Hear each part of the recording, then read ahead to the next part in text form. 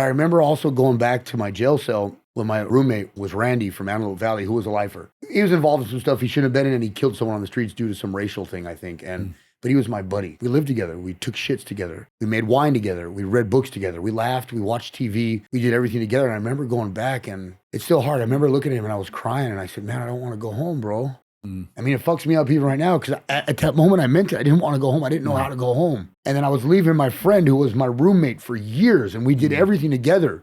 You know, it's like a relationship. It's not nothing sexual, because that's another myth I want to debunk. There's none of that weird stuff goes on in men's prisons. Any of that stuff that goes on, I know Hollywood likes to tell you it doesn't. It's not tolerated. Any of that stuff that goes on is in segregated protective custody areas. Where we were at, it wasn't. Nothing like that, but we had a friendship. It was like being in the military. It was like being in a gang, whatever group you want to put it. Like, this was my best friend. And I remember crying. I mean, I'm choking up right now, but I was like, I don't want to go home, bro. Shit's about to go down. I'm feeling something in my spirit. Chats and Tatts with Aaron Della Vedova. Hey everybody, welcome back to Chats and Tats with me, your host, Aaron Della Vedova. You know, my guest today has been through some shit that reminded me some memories I have. And when I was a kid, you know, I had this good friend. As the years went on, after we became adults, you know, obviously had a lot of trauma that he had trouble dealing with. He used drugs and alcohol to, I think, try to medicate that trauma. And just a little small life of crime when it came along with that, ended up going to prison for fraud and a few things, got out. And I know he died recently of, I believe, well, I'm not even going to say, because I don't know for sure. And I know his brother listens to this show. But the point, I kind of saw that whole thing unwind. He was a really good friend of mine, somebody I truly loved and cared about. But it really set a tone in me of like, look, man, it is really easy to judge people when you see the homeless guy on the corner. Get a job, you fucking loser. I was always been the guy who's like, well, hold on, man. I don't know what that dude's been through. I don't know if I'd be any different if I'd been through it. And so I've always had a very empathetic soul, really, and very compassionate to people that have gone through, maybe got knocked around more than I have. I've been knocked around, but there are others who have been knocked around worse. And what comes of that? You got to be patient. You got to be loving. We got to heal our communities. We got to support these people to get them back. In tribal living, that was normal. You had one tribal member that went through a rough time. The whole tribe gathered around, loved that member, brought him back to health. But in the nuclear family, this modern era we live in, that doesn't happen. These guys or girls just get left alone to figure it out, and not all of them figure it out. So, you know, I just thought I'd start with that little monologue because the guest I have today kind of as a highlight of that, a highlight of if we could lean in and love some of these people. We're all born the same, man. We're all born pure light, full of nothing but love and without fear. Sometimes life goes well, sometimes life doesn't. That changes people. But what's true about us is we're all the same in that way. And if we give each other enough support, that can come back, you know? And so with all that being said, I'd like to introduce my guest today, Matt Camaranno, otherwise known online and to most of his friends as Mohawk Matt. Thank you, brothers. Pleasure to be here. Well, pleasure to have you, dude. And Right on. I will say, you know, I'm good friends with the boys over at Sullen, Ryan and Jeremy. They've always supported me and my shop and my career. They're currently a sponsor of the show. Yeah. And I had reached out to them and said, you guys got anybody you really like and would be an interesting guest? They threw your name out there. Jeremy specifically said you're one of his favorite dudes and you helped them out. I know you work there now. You do a lot for the company. Yeah. So that alone, I was already into you because I know if Jeremy says it, it's gold. So thank you. You're here. I'm stoked. Right. But you know, you heard what I said there, and we don't need to really get into that. And I hope I didn't paraphrase that story in a way that doesn't apply to you. I'm assuming some things here. Yes. But instead of me assuming some shit, why don't you tell us about that? Because I think what I like about your story, Matt, is that, you know, the world can be a pretty fucked up place. And I think there's just a lot of missing opportunities for us to come together and help each other out. Yeah. We have these old antiquated systems like, oh, bad guy, throw him in a prison cell. That'll make him better. Well, we've seen that doesn't really work that well. And it's, you know, so that's a whole separate rabbit hole we could go down. Yeah. But I think there's just a lot of people out there who, one, want to see and hear why that doesn't work so well. Also want to see the story of somebody who had the courage and strength to turn that shit around, which you did and have. So that's a story of redemption. That's a story that you don't hear very often. And it's way against the odds. Yeah. I could read the stats here. I mean, 70% of all people that go to prison are rearrested eventually. Yeah. 68% in the first 5 years. This is from lack of support, lack of love, lack of jobs, just where they go. You get back in the real world, there's nothing for them. Yeah. So it's kind of obvious, but you went through it firsthand. So maybe we could start in the beginning, how life was as a kid and how this brought you through these problems and these solutions. Tell us about it. Well, I grew up kind of like a middle-class kid in the San Fernando Valley area, suburb of Los Angeles. I had a pretty decent home. I was adopted. I have two parents that loved me, that they were on a waiting list to get me right out of the vagina of some girl that was too young to have a child. So that's one of the things that it's never bothered me. People always ask me about it, but I've never questioned that. My mom's my mom, my dad's my dad. And obviously throughout the years, I put them through so much hell that I would never doubt them as parents. I think as a kid, I was attracted to, I grew up playing sports, really good, soccer and baseball. My dad's an Air Force Vietnam vet. My mom's like a 30-year retired union member of the phone company back. I don't know, a lot of you don't remember this, but there used to be actual things we had called operators and phones where you'd actually, you'd call and get service from an actual human, not a robot or not someone from Thailand. And you get to speak to someone who would direct you and help you. And my mom retired from that to become a therapist. And at a young age, I fell into graffiti. And I say fell into it, but it really is a love of my life. It's passion for me. It's amazing. In the process, growing up in the late 80s, early 90s in the Valley, the culture's kind of mixed in the Valley. You got Mexicans, whites, not many blacks, but they're enjoying. We're all kind of, it's a melting pot in the Valley. Right. It's not more like the urban areas of LA where it's all segregated. The Valley, we're all together. And I grew up with graffiti. I think I like to describe it as I'm one of those guys that watched Boys in the Hood or New Jack City one too many times. Because like I said, I come from like a middle-class white family, working class parents, Vietnam veteran father. Right. And I was drawn to that. I don't have the excuse I grew up in the projects. I didn't grow up in the hood or the slum. I grew up in a middle class city with a good family. And I mean, I was an altar boy in Catholic elementary school. I got into graffiti. Graffiti turned into watching those types of movies and getting more into that culture. Graffiti over the years was amazing. For me, it was freedom growing up. There's different types of graffiti. You got the graffiti artists, you got the ones who do the amazing pieces and the beautiful artwork. I was more of what's considered a street tagger. I would graffiti on buses, freeways, and I'm talking leave the home when it gets dark with a backpack full of markers and spray paint, walk take the buses as far as I could to the top of Hollywood. When the bus line stopped running at midnight, I make my way back graffitiing all the way across the San Fernando Valley to the east north end. And it was, for me, that was, if I close my eyes, I can still smell spray paint. It's that beautiful of a memory for me. Probably just like a tattoo artist when he does his first tattoo. Oh, yeah. And we smell green soap in our city. See, I can still smell Krylon spray paint. If I close my eyes, that smell after midnight on a freeway underpass is just like cotton candy to me. This episode is brought to you guys by Sullen Clothing. Ryan, Jeremy, good friends of mine over there at Sullen. These guys are huge supporters of art and the tattoo scene in general. If you're a collector of tattoo art, go to their website, check out all their clothing, badass stuff from some of the most badass tattooers in the world. If you're an artist and you want to be on one of their t-shirts, send that design over to design@sullenclothing.com. And of course, our guest today, Mohawk Matt, at Mohawk Matt. We'll get his stuff at the end of the show. Contact him for anything else. Now, back to the show. If anybody knows the history of LA like I do, in the 90s, the graffiti turned into gangs really fast. It steamrolled out of our control. So when you got into it, it was not a gang thing at all. Just writing our name on the wall, just getting up as much as we could. We had to worry, but the 90s was a different era also. We had to worry about cops who were a lot more brutal and vicious on any criminal. We also had to worry about other gang members shooting at us because that wasn't socially acceptable with other gang members. We had to worry about business owners and private citizens were, unlike today when you commit crimes, back then business owners could shoot you, stop you, physically assault you, hold you for the police. And that was a real thing back then. So we had to worry about a lot of people when we're just simply writing our names on the wall or on the freeways.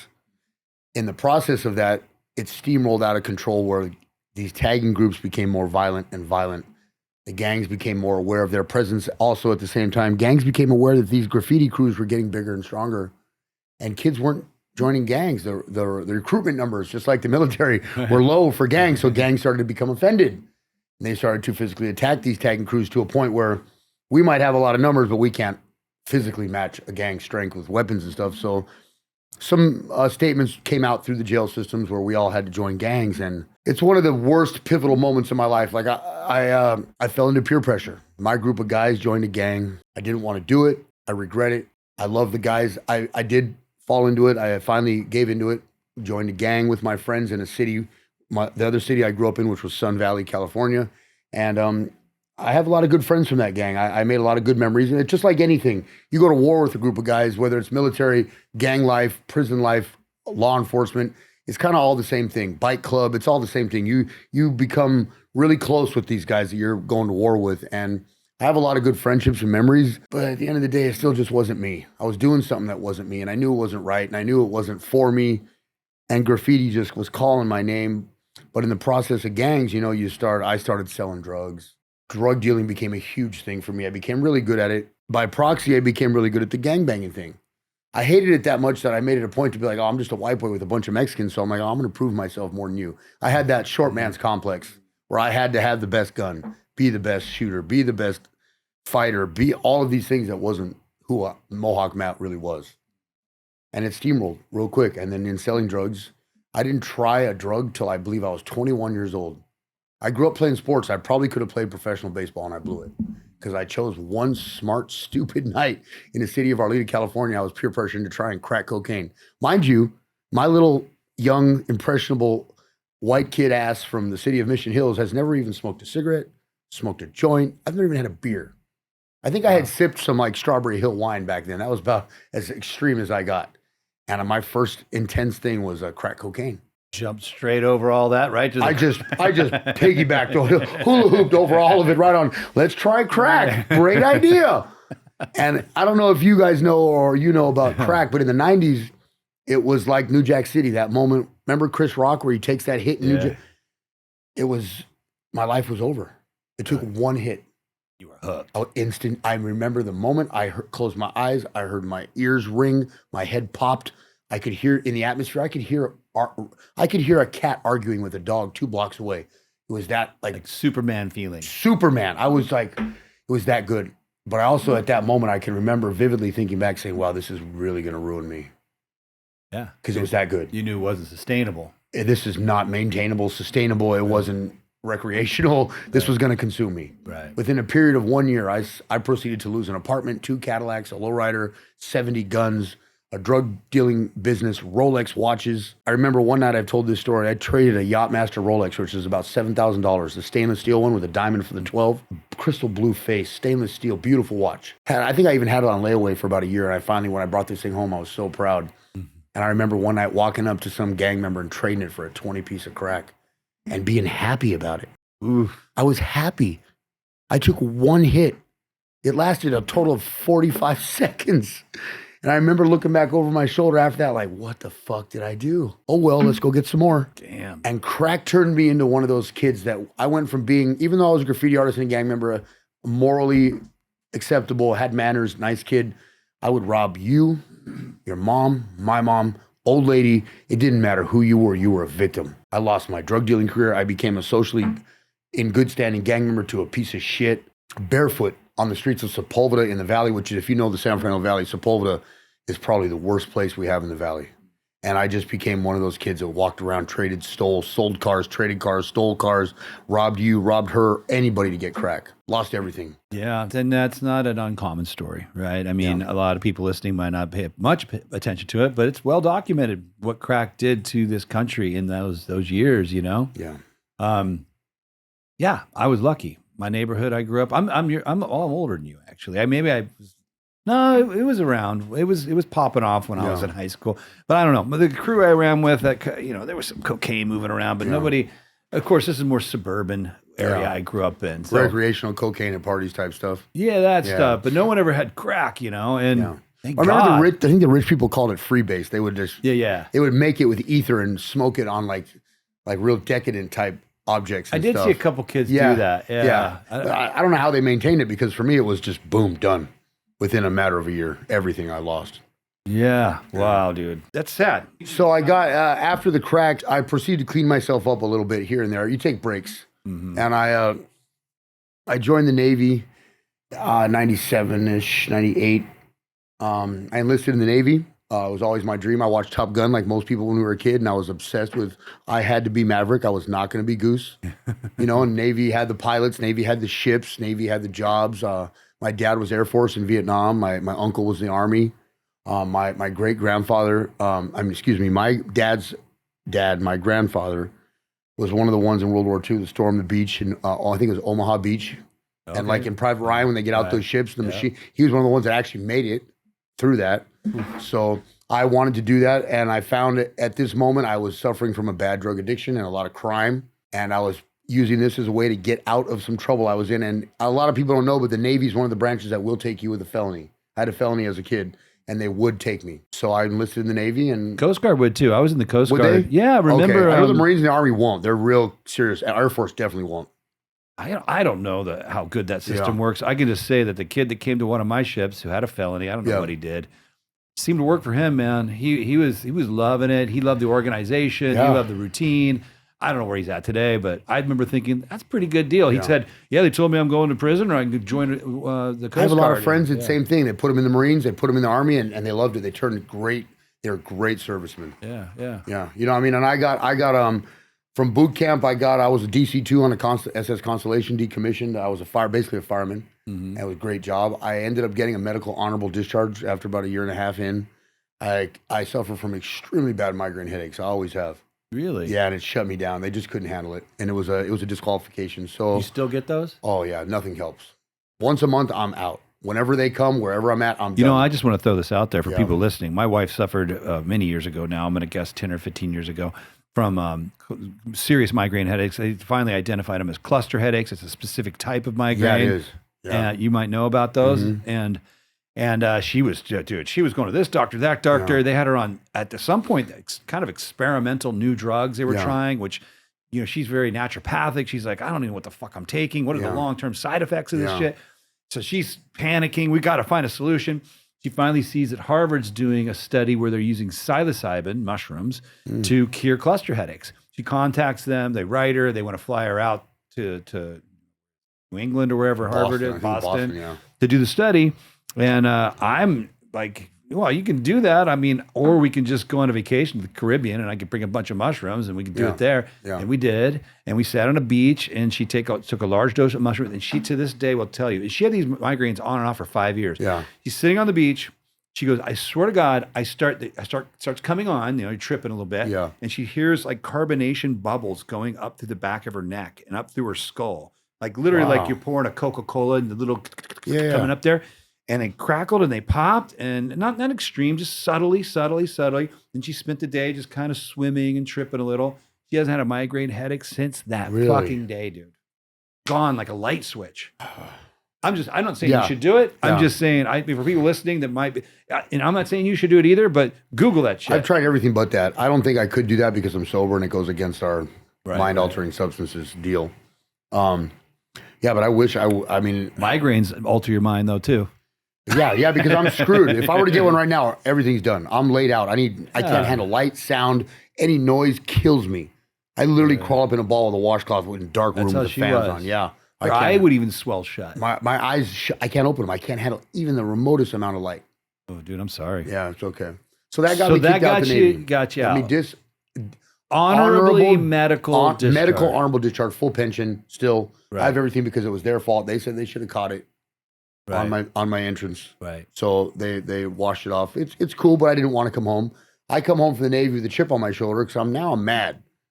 I enlisted to go career. I was like, I'm not coming back. Fuck this. I'm beating drug addiction. I'm beating jail. I'm beating all the gang shit I didn't want to be a part of. And I mean, and the Navy, fuck, nothing looks better to me than those 4 different seasonal uniforms on an aircraft carrier. And I'm a fireman too. I mean, the girl action alone with that career is amazing. So now I find out, man, I'm coming home. What the fuck? I applied to the LA Fire Department in the 90s. I don't know if you remember, you probably remember, there was this thing called affirmative action where if they couldn't promote me, there was racial things with promotions. And I'm like, wait a minute, I got good marks from the US Navy. I'm applying. Shouldn't matter. My test results were through the roof. But they're like, well, we can hire you, but you're never going to be, we can't promote you ever. And I'm like, well, what's the point of that? And at this point, it's like I'm starting to look for a reason to go back to being a criminal. I'm starting to get mad. I'm starting to build a resentment. Everything's working against me. It's your fault. It's your fault. Everybody's fault. Right. You guys are out to get me. Let's go back to drugs. Fuck it. I start doing drugs again. Crack is still the same. But it was bad enough again coming home that I bumped in. I had a friend who was smart enough. I say smart enough, but he was, I switched drug addictions for crystal meth when it was just hitting the streets, and it was big in the late 90s. So I go from smoking crack to intravenously injecting meth. Mind you, this is a whole nother roller coaster you're embarking on. But at least you get a couple, 2 to 3 years open of some fun. I can now successfully say I'm having fun doing drugs. Crack, you get the first couple days of enjoying the crack, and then it's immediate paranoia, no fun. Meth gave me a couple years of, doing crazy tweaker stuff, like I'm painting the room 7 times. I'm doing all kinds of fun events. Could be relatively productive. Could be. We're semi-productive. You know what I mean? I'm collecting markers that I'm never going to use. I've got paint by number sets. I've got fabric. I've got all kinds of shit. I'm working on a car for 10 weeks that never gets finished. But I'm sort of doing stuff that's cool. Really interesting. I'm cutting you off a little. Yeah. I don't want to do this, but the Queens of the Stone Age, the band? Yeah. Josh Holmes, the lead singer. I'm so angry at him right now, by the way. Why? Because he's married to that girl's tattooed on my back. His wife, I have a portrait of her on my back. I don't know who she is. Brody Dolly? I don't know. She's my hall pass. Any girl I ever meet, if I ever meet Brody Dolly, Brody, if you're out there, of course he is a super hot wife. He's fucking Josh Holmes of Queens of the Stone Age. Yeah. He just did a podcast. I don't even know who it was with. You guys can Google it. I'm sure it'll pop up. And he talks about his long-term relationship with methamphetamine. Really? I would have never known that. Dude, it's the most interesting meth relationship I've ever heard. Well, there's definitely a relationship with meth. You have a relationship. He had like this pro level where he would do it for certain moments for like, I'm going to make music for 3 months. I'm going to tour. Then he'd drop it, just suffer through it, like 6 months to be with his kid. I can't remember the details, but you just don't hear people. Usually people that get into those it just takes you over. It takes you over. Takes you but over. He's done now, by the way. He eventually hit a wall and he's like, okay, this is fucking not sustainable. Yeah. So it's a beautiful story because he's, I think, sober now. But I just throw that out there. You should check that one out. I will. Yeah, I will. You dig it. Yeah. But go ahead, finish your story. So now you're on the meth because it's now more productive. Yes, I get a little bit of functionability. You get the crazy sex, you get the insane projecting. You're able to do so. I'm able to not trade everything I own. I'm able to accumulate stuff. Now, mind you, you're also accumulating a bunch of unnecessary stuff. So I'm full force tweaker, but there's also the thing of, but now I'm injecting. That's extreme level. That's top tier, last level of drug usage right there. Now there's nowhere else to go from that. Once you've injected a drug, I warn everyone, once you've injected drug, there's no snorting, there's no smoking, there's no alcohol. Nothing's going to be the same. There's nothing that even remotely touches the high. I'm figuring out ways to put ecstasy and slam ecstasy. I figured out a way to slam crack cocaine, breaking it down with lemon juice. I've done everything I could. Now everything goes into a needle. So I'm full on a junkie. Now, mind you, I'm rationalizing this because I have a place to stay. I've got some stuff. I've got a car, but I'm a full on tweaker at this point.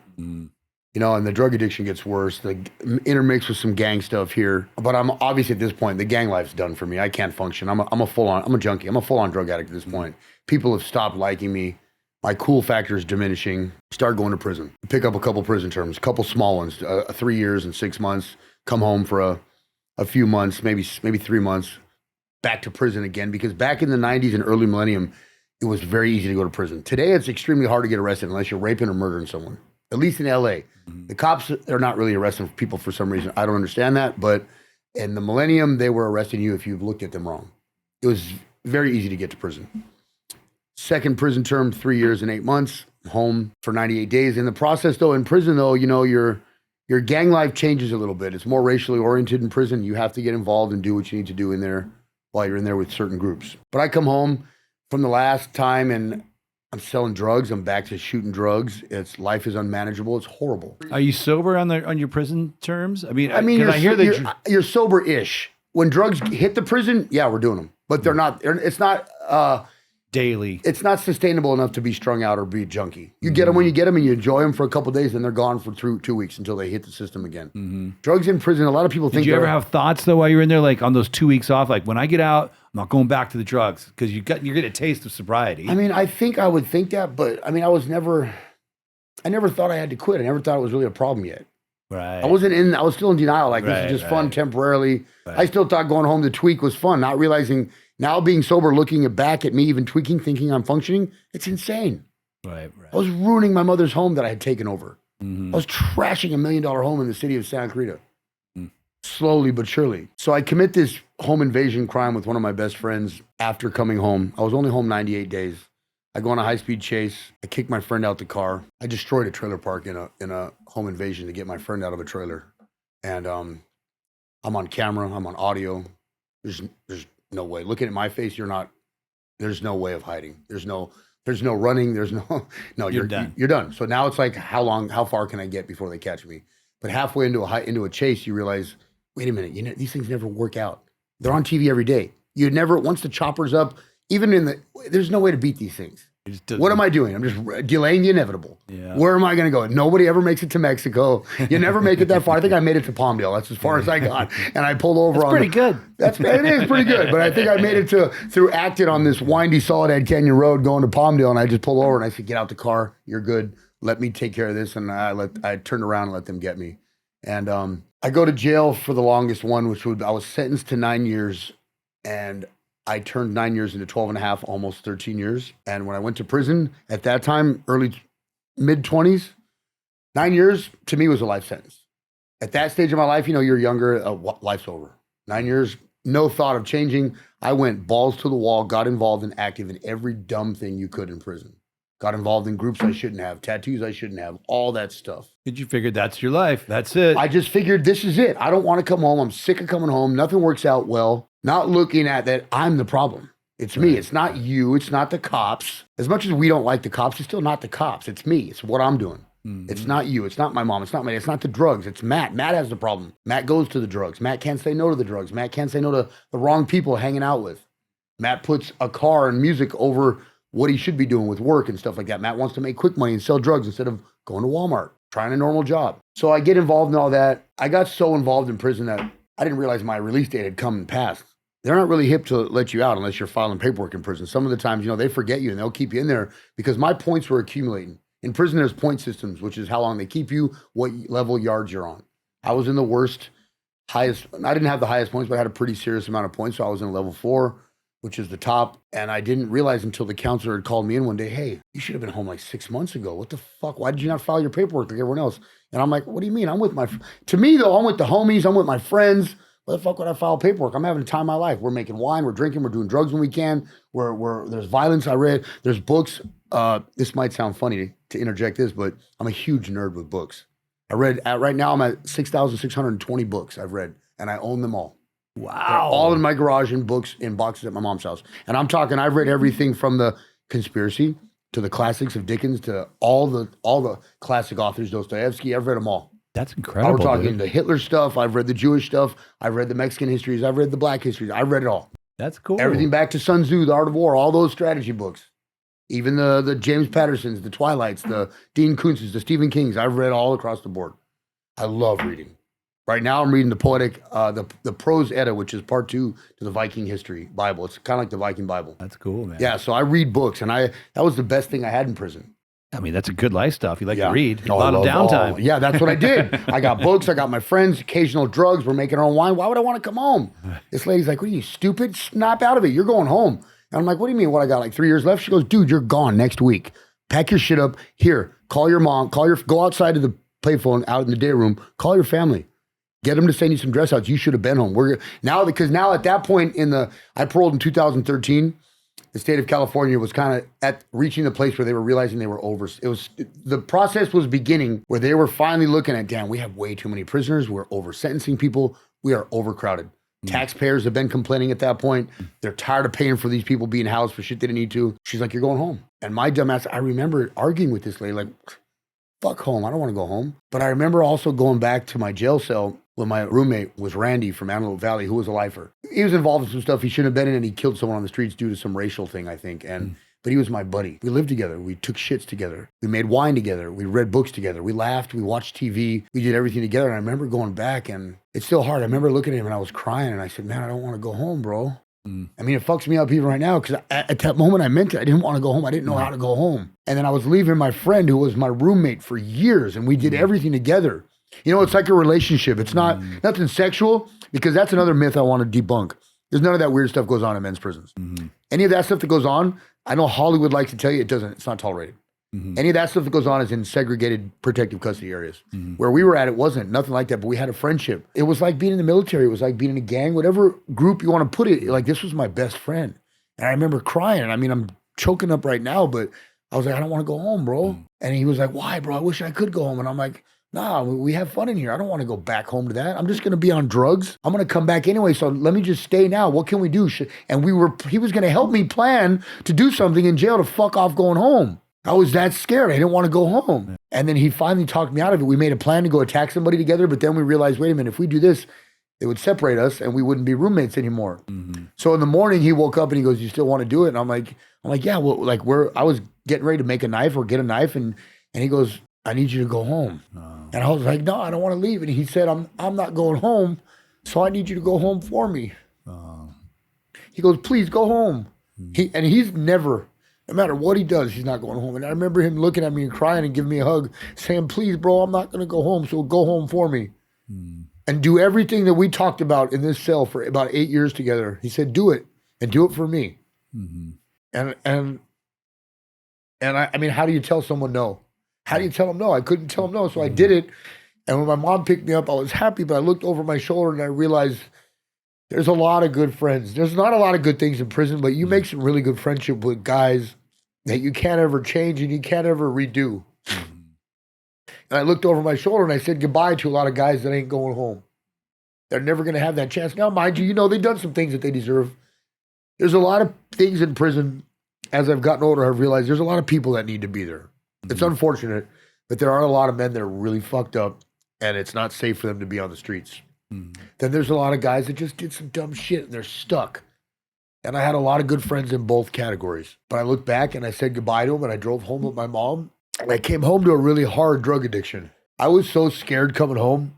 I didn't have PTSD from the military. I came home with PTSD at a serious level. I mean, just short of 13 years, it was a clusterfuck coming home. So a total of 3 different prison terms with only about 90 days in between each one going back is about 19 years. So I come home shell-shocked. I go to my mom's house. She had this, I mean, again, my family's amazing. My mom's beautiful. For that length of time, every other weekend, wherever I was, north or south, because they transfer you around California a lot, she was visiting me. And she had a roommate ready for me. She had all kinds of clothing and new technology, cell phones. I came home with an iPhone 5C, I think, which was cool. I turned that room that my mom had remodeled for me into her house that I paroled to into my jail cell. I'm wearing my shower shoes in the house like we're supposed to in prison. Anytime your feet touch the floor, you have to have shoes on. I'm washing my boxers in the sink. I'm wearing shower shoes in the shower because that's our policy. I brought home all of our politics and policy. I will not drink Starbucks coffee. My mom keeps laughing at me. I'm drinking Folgers Instant with powdered creamer. She's like, you do know there's this place called Starbucks where you can have 17 varieties that are stronger than that. And I'm like, no, this is what we do, Mom. By 6 a.m., I need a cup of Folgers, have your second one at 3 p.m. I had a routine. Right. And she goes, okay, she's not dumb. She's a therapist now at this point. Right. It'll wear off. Well, a couple years into it, it's not worn off and it's getting worse. And at this point, my relationship, I don't have many relationships because the world is jumped and I'm scared. I didn't transition like a lot of people do. It fucked me up. And in the process of coming home, I didn't tell her, but I found a drug connection and I'm having drugs brought over. I was having a girl snuck over once a week for me to be with a woman. I didn't want to have relationships. I was isolating and my drug addiction steamrolled again on meth. Mixed in, now I've got heroin in there. So I'm doing meth and heroin back and forth. It got really bad. I turned that room, my mom's house, it went from being a beautiful, redone, perfectly set up room with a TV and a bed and all kinds of the amenities you could think of with my own private bathroom. I broke my mother's home down. The second story of $1 million, 5-bedroom home in the city of Santa Cruz, I turned it into a trap house. To the point where I'm talking, the carpet was torn up, the drywall's busted, there's graffiti all over the walls, there's no carpet on the stairs. I at 3 a.m., at any given day, at 3 a.m., I'm wearing a headlamp, a tool belt with boxers and no pants and work boots with a hammer, a bandsaw, and I'm remodeling my mother's home as a tweaker at 3 a.m. Neighbors are calling. Everyone's sick in my neighborhood of me, my behavior. I'm fighting neighbors because I think they're watching me. They're not. People are laughing at me. Nobody's watching me. So I'm physically confrontational. I'm doing probably 7-8 shots of methamphetamine a day. rounded off with every 3 days, I'll do a shot of heroin to calm myself down. How are you affording it? I have a Navy pension. The sad thing about that pension is no matter what, just- the last day of the month, I'm deposited about $1,000 for the rest of my life. So I don't, unlike what's going on it's today. kind of a bad thing. It's a bad thing in that time because there's no way to stop it. My mom, it's gotten to the point where they're not enabling me, but they just don't come near me because I'm physically violent and I'm confrontational. See, there's a difference in cocaine and meth, I tell people with paranoia. With cocaine, I'm scared of you. With meth, I'm paranoid that I'm getting ready for you just in case, and I'm in my mind making up scenarios that are not real. It's like borderline. The more meth I shoot, the more I'm like basically injecting schizophrenia. I was going to say schizophrenia. I'm borderline schizophrenic. My mother's about to have me committed. I don't even know it. She finally admitted it. She was about to have a sheriff team, a pet, psychiatric pet team show up, and the fire department to have me committed because my brain, my accusations, I physically fought my father twice, thinking he's having sex with an imaginary girlfriend I don't have. My mom's been knocked to the ground a couple of times because of my behavior. I'm stealing. I'm destroying their home. My parents haven't even been upstairs in their own home for a period of 2 years. They've moved down into the living room in their own home because they're scared. I continue to cut the electricity upstairs because I think I'm remodeling the house. I'm ruining their electronics. This house has been destroyed. My room has no power. There's graffiti on the walls. The drywall's torn out. Mind you, I was putting all of my used syringes some of them are filled with blood, disease, Hep C, all kinds, because I eventually contracted Hep C. I'm throwing these needles in the walls of her home. Her home, the drywall upstairs is filled with, I think when they finally cleaned it, when I went to rehab, there was probably 2,000 needles with blood, without blood, broken tips, just needles, syringes in their walls. I hit my dad one night because I came downstairs in a psychosis thinking he was having sex with a girlfriend of mine. And I only share this because my sponsor urges me to, it's my truth, it's what happened, and I tell it because that's how bad this can get. I remember hitting my dad. Remember those old school alarm clocks we'd plug in on the counter, the digital ones? Yeah. They're kind of big. Yeah. They plug in, they have big electric numbers. Yeah. Well, I unplugged mine, and I hit my dad in the back of the head one night because I thought he was hooking up my girlfriend. And my dad, when he looked at me, every emotion that a man can go through at that moment, I saw every emotion register in his eyes, on his face. Fear, letdown, upset, anger, sadness, depression. I mean, just every emotion you could think of, except happiness, except pride. Right. And I watched his face break, and he just was like, I just don't want to see you anymore. I give up. And that was when I went back up in my room, and I realized, it kind of like opened my eyes for a second. And I remember I went back up in that damn room, I call it, because it was like evil. You could feel just an ugliness when you walked up these stairs in my mom's house. Nothing in that room I was staying in. Let me paint a picture for you. There was a mattress on the floor. We've lost the bed at this point. The bed's been dismantled. There's not even a box spring. There's just a mattress covered in sweat and filth, pile of dirty laundry in the corner, pile of clean clothes that I thought was clean that I'm sleeping up against because it's nice to sleep up against something. But mind you, I'm not sleeping when I pass out and come to. There's a tiny, the big screen TV she mounted had been destroyed. There's now a little tiny monitor, like a 13-inch TV from Rite Aid, and a portable DVD player connected to it that I'm just watching pornography on. And I'm not even watching regular TV. Like, I'm doing so much meth, and in between trying to think I'm Tim the Toolman Tweaker Taylor and remodeling my mother's home that doesn't need remodeling, you know? So this room is just dark. There's no electricity. There's a candle burning, filth. And I'm sitting, I come back up from hitting my dad, and I'm sitting in this dark room. At that moment when I finally realized I can't do this anymore. Now, mind you, I didn't say this, but I've tried to get clean a couple of times, usually for parole or my mom, because people are on my ass. You need to sober up, try to go to rehab. Sure, okay. It'll get me out of not going back to jail. Let's go to rehab for a couple of days. But this is when I finally realized, dude, I just hit my dad. And what I'm thinking is not even really happening. This is only going to get worse. There's no going up. There's no experimental. There's no, hey, I might get 3 hours of fun tonight. There's no having sex. At this point, because doing drugs for that long, whether it's coke, meth, doesn't matter. You're not having sex anymore. Nothing works. You're not projecting anymore.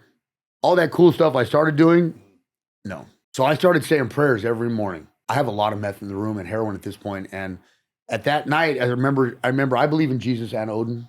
I know it's kind of weird to hear that, but like, I got Viking in my history, and I know that Jesus died for my sins. And I remember praying to both these people in the dark. I don't care which one of you shows up first. One of you, get me out of here. I can't do this anymore.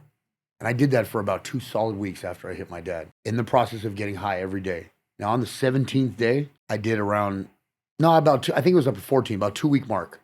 I think I did close to 16 or 17 shots of meth, arms, neck, heroin included. Nothing's working. I'm not getting high. I'm not getting mad, and I'm not missing my vein. I'm hitting the mark.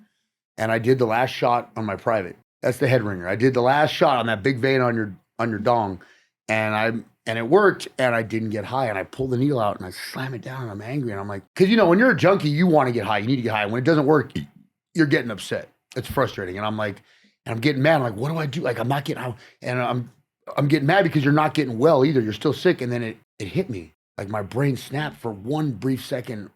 My brain told me, dude, you've been asking for this for 2 weeks. You've been in a dark room covered in sweat. You've been watching porn by yourself in the dark.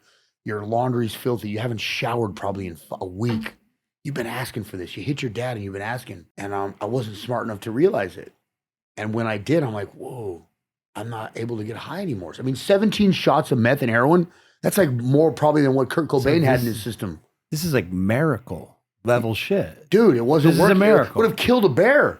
And I'm sitting there and I finally come to, I'm like, wow, I can't get high. Like this is what I've been asking for. This is it. Right. And I ran over that door and I hit the door. The door was so fucked. The room, I can't even begin to tell you how fucked up this room was. I hit the door falls down. I run out. I hadn't left that room unless it was in the middle of the night to get drugs or to fucking bother my parents. And I hit the top of the staircase. I'm like, Mom, I'm ready. And she knew. For some reason, she knew. She comes running up, this little lady, comes running up the stairs. She goes, are you ready, really? And I said, yeah, I'm ready. And I looked at her and I said, whatever the fuck you want me to do, I'll do it. I just don't want to go back in that damn room. Whatever's in there, burn it. Please, I'll come out here in my underwear. Whatever you want me to do, I'm ready. She moved me downstairs onto the couch in her little living room. Remember back in those days, the houses had, the TV room, then you had that one room that no one's allowed to sit in. Yeah. Mom's tea room. We had one of those. Yeah, so she moved me into that room. She put me on the couch, bought me a new TV and a DVD player, bought me a stack of normal DVDs now. And she said, we're going to get you on the waiting list to rehab. And you're going to drink alcohol and sit your ass on this couch. You're not going anywhere. All right. Because at that moment, I didn't give a shit. I didn't want to go back. I didn't want to do drugs. I didn't have some of the experiences that a lot of guys have where it's like the relapse was big. I had the experience where I was done. I was tired. I was broke.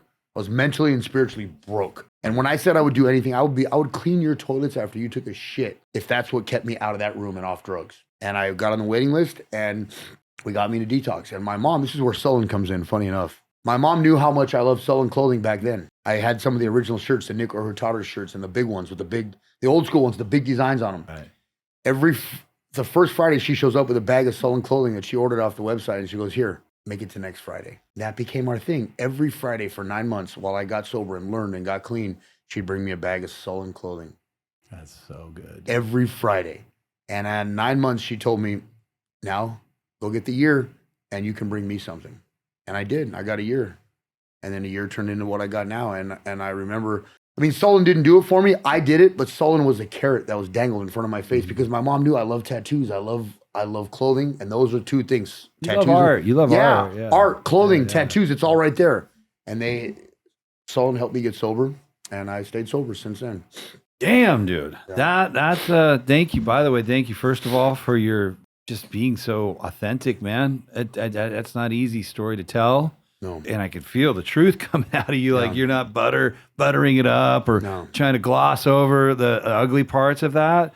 And I think you know this, but I think it needs to be said, like that's a great gift because there are people they're in that room still. And this gets to the people that are supporting them or enabling them. It's a message that it can only, and your own personal healing. I'm not in the program and I'm guessing this, but I know that telling a story like that, it releases some of that trauma, some of that PTSD. It does. And every time I tell it, there's always parts that I'm reminded of that I've suppressed. Right. New little chunk comes up. Well, and also in our industry lately, now that the more I've been sharing, because of our industry of conventions and tattooing, tattoo artists, tattoo culture, there's a lot of our people that are affected by this. And I'm even making friends that are also in the program, but I'm also helping some other people. When they hear Mohawk from Sullen has this and he shares it, other people feel more comfortable enough to reach out to me like, dude, I didn't want to tell him, but I have a cocaine problem right now. I don't want my shop to find out. What do I do? So I'm able to help a lot of these dudes that are in our industry that are suffering from it right now. And if I don't tell my story, I can't help the next guy. Then no one's going to reach out. No, but that's my job. Yeah, I work for Sullen, but my job is to make sure that the next addict who's scared to come out, you can come out. And there are those of us who will reach out our hand and help you through it. So that's a lot of like, obviously you have a job with Sullen, but your time away from work, you're doing a lot of this work. You're sponsoring other addicts. Dude, I have 3 sponsees right now. I don't get to many of the AA or NA meetings anymore because I'm constantly busy. But the way that I can reach out and use my program and use my experience, I use social media. I respond to every DM. If you send me a DM, I don't care who you are and you need to talk, I got you. I'm one of those dudes that responds to all of them. And I get to help people that are in England. I get to help people around the world. And I will help them. All right, everybody, if you're in that dark place, at Mohawk Matt, we're not done today, but I want to just say it again. At Mo, he's there. He's there to talk, open a door, start a conversation, and have hope. I mean, goddamn, dude, you hear that story.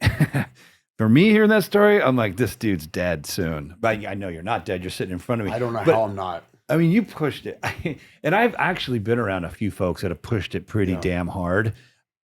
You got a lot of, I'll give you credit, dude. You don't fuck around. When you get into something, you go all the way. I go all the way. And that last day alone, like I said, Kurt Cobain, rest in peace. But buddy, I was right on your bumper. I was on your bumper that day, boy. That's extreme behavior. Yeah. And I love the part too, like, because on a molecular level, there's no reason why you should not have gotten high from that much injecting that much drugs. So I mean, I'm a believer of miracles. Yeah. And to me, that was a miracle. You prayed for the thing that would. I didn't just pray though, Aaron. I begged on my knees in a dark room twice a day while in between I'm doing drugs and doing whatever dumb, ugly shit I was doing up in that room, that damn room we call it. They answered. It doesn't matter who answered. Somebody answered, and they made sure that last day. You know what? You're not getting high anymore. This is it. Either take advantage of this or you're going to die. I won't get into this story myself, but I had one moment like that in my life where something had put pressure on me. And it wasn't drugs. Yeah. It was more of a situation I found myself in. And it went on for a long time. And I just got to a point where I couldn't bear it anymore. And I fell to my knees. I cried my eyes out. And I looked up at the sky and I did the same. I only did it once though. Yeah. I said, please, whatever. I'm not, at the time wasn't a very religious man. I'm still not. I'm more spiritual, but just said, I don't know who's up there, man. I do believe someone's up. I do believe something is happening behind the curtain. And if you're listening, please make this better. Help me. Yeah. And 4 days later, that problem went away. Yeah. And it's never come back. I believe in that stuff. It doesn't really matter what you believe in. If you really put your energy and your thoughts out there. And when it comes from an emotional place where you mean it. And I can't stress this enough. I was spiritually, mentally, and physically broke in that dark room with just a tiny candle, a tea candle burning in the background, on my knees praying. And I think the universe just responded with, you know what? I got you. It's your time. I believe you and you're genuine. Let's get you back on your feet. And by proxy now, my feet get to help a bunch of other people. That's why I said, when someone asked me, what would you change? Nothing. I have to go through all that shit. I'd have to go through all that fucked up shit just to be right here, right now, talking to you and to be hopefully helping someone else. It also makes you uniquely positioned to help certain people. You know, there's just certain people that aren't going to be helped by me. Yeah. They need to talk to someone who understands them, who's been there. Well, I think that you can help people that I can't. Right. I can help people that you can't. Exactly, I think we're all specifically tailored for different groups to help. So we're all necessary in the spectrum. Well, dude, it's a beautiful story. Thank you for sharing it. I do want to kind of maybe dig into it a little bit. Like, because when I think about that, going through something like that, obviously I would, correct me if I'm wrong, but your healing continues, right? Yeah. It's not over, right? I'm sure you still struggle, have days you struggle. Yeah. Maybe you have days where you look in the mirror and you're not super stoked on who's looking back at you and you have to gather your thoughts and be like, fuck that. I'm changing my ways. Like, how do you, when it comes to like forgiving yourself, loving yourself, like these, without forgiving yourself completely or relatively completely, without looking in the mirror and knowing I've let go of that, I'm a new man now and I love myself, you're never truly going to get to that upper level. You've got to get through that stuff. What are you doing in that regard? Like, how do you work on that? I just have to let it go. Because I think about it a lot too, especially the stuff with my mom and my dad, and I have constantly visions of that moment where I hit my dad. Or I have a son that I gave away due to my criminal behavior That bugs me a lot too. I just get through it. I think about it and I just let it go. I give it to God. That's the only thing I can do. That's all I can do. Right. Because I know that I've worked hard to get past it, so I deserve something different right now. Yeah. That's a good way to put it. Yeah. You know, if you just grind yourself over those things, They're it not doesn't gonna help change. you and it doesn't help Yeah. anybody else. Yeah, they're not going to change. Yeah. Simply put, that's a very, I like the way you've got a very practical mindset. I think the way you talk and the way you act, you're not going to, and for a guy who's read over 6,000 books, it's easy for people. I've dealt with a few friends with these issues, but they were like thinkers, like almost too much thinkers. Yeah. They're such good thinkers that they would think themselves out of getting better. They'd outthink the that's a real counselors. thing. It's a real thing. Yeah. You got, I think one of your benefits you've got, I'm not saying you're stupid, you're not. You've obviously fucking read more than probably anybody listening right now. And I think you are a smart guy, but you're not the guy that's going to overthink the situation. You kind of keep it let's keep it simple here. Yeah, you got to keep it simple and you got to make a split-second decision what you want to do. If you overthink it, there's 1,000 possibilities and it's like a choose your own adventure book. There's always going to be a different bunch of options. Well, let's just get to one and try it out. Beautiful, dude. I felt you. I felt that story, and thank you for sharing it. I'm gonna flip the script here a little bit, and we're gonna talk a little more. We're not done for the day, but you know, we talked on the phone the other day. You told me some of this story, not barely at all. I got the whole story today, way more than I had anticipated. But I knew enough to know that you'd gotten into the graffiti, the gang life, a little bit of drugs, went to prison, got out, got your shit together. You work for Sullen, my good friends now, and I loved it. I wanted to have you here because of it. And then I said, hey, you want to get a tattoo? You're like, fuck, I'm always wanting to get a tattoo. Look at me, man. I'm like, all right, you got any space left? You're like, I got a little teeny thing above my boxers. I got this thing by my titty. I got this. And I look, you didn't have much. Yeah. But you had a couple little spots and you just said, I don't care what you do, man. Just like, I like a cholo art. I like Viking shit. Yep. And that's what I was going to do. I sat down the other day to draw. It kind of brought up some Viking images, and I'm looking at little battle axes and shit. Yeah. I'm like, that look kind of cool. Have a battle axe coming out of a slit or something. Yeah. But I just sort of took a pause and just quieted myself and thought about you. Yeah. I was like, and I don't know, this image of a padlock open. And then I started thinking about what does that mean to me? It's funny because I just had a intuitive on the last episode, this guy, Kirk Westwood. And he taught me this technique of quieting yourself and just letting images pop into your mind. And then when the image comes into your mind, ask yourself, what might that mean? It's a way to develop intuition. So I was kind of fucking around with this technique. Yeah. And I was like, well, dude, to me, this guy's story is a story of redemption. Like everyone is born a beautiful, perfect being. And, you know, life can happen to some and not to others, or more to some and less to others. Yeah. But I still think behind even the most hardened criminal, most evil person that you might say is evil, deep behind there's still that little perfect being of light that came out in baby form and somehow developed to that. But with your story, I felt like it was like you're returning to that original source, the original Matt, who you really were before you started getting into gangs and graffiti and drugs. And so the lock opening up was that idea of you releasing yourself back to your original self. Yeah. And kind of the prison thing too, that unlocking the door, leaving prison. Well, believe it or not, you actually drew an old school padlock prison lock. I that did. They have I on did. A lot of the gates and stuff in the yards. Oh, they still got them like that? Yeah. I just thought it looked cooler than I a love modern it. No, I one. thought it was amazing. And then I put your birth. I asked your birth year, 1977. Yeah. Same year my wife was born. Right on.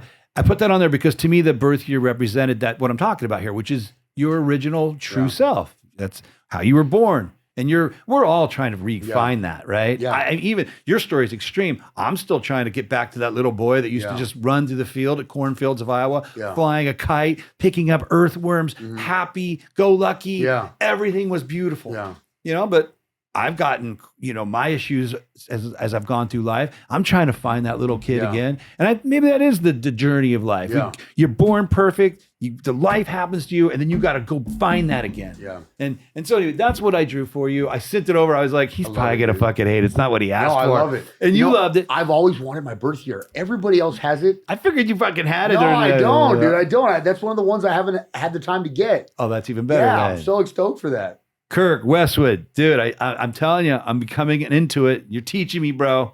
Take me on the tour with you. Yeah. I'm kidding. And I thank you too, Kirk, because now I get an amazing tattoo. It's not big. You don't have much space, but we are doing that today. Yeah. And you're digging it. I'm digging it. It feels right. Yeah. It feels right. All right, cool. Let's take that break. We'll stretch our legs, get a snack. We'll meet everybody on the other side of the room. We'll rip this sick tat. After that, we'll sit back down. We'll have a high five. Sounds good, brother. Maybe a little fifth bump between Ooh, now and then. sounds Boom. good.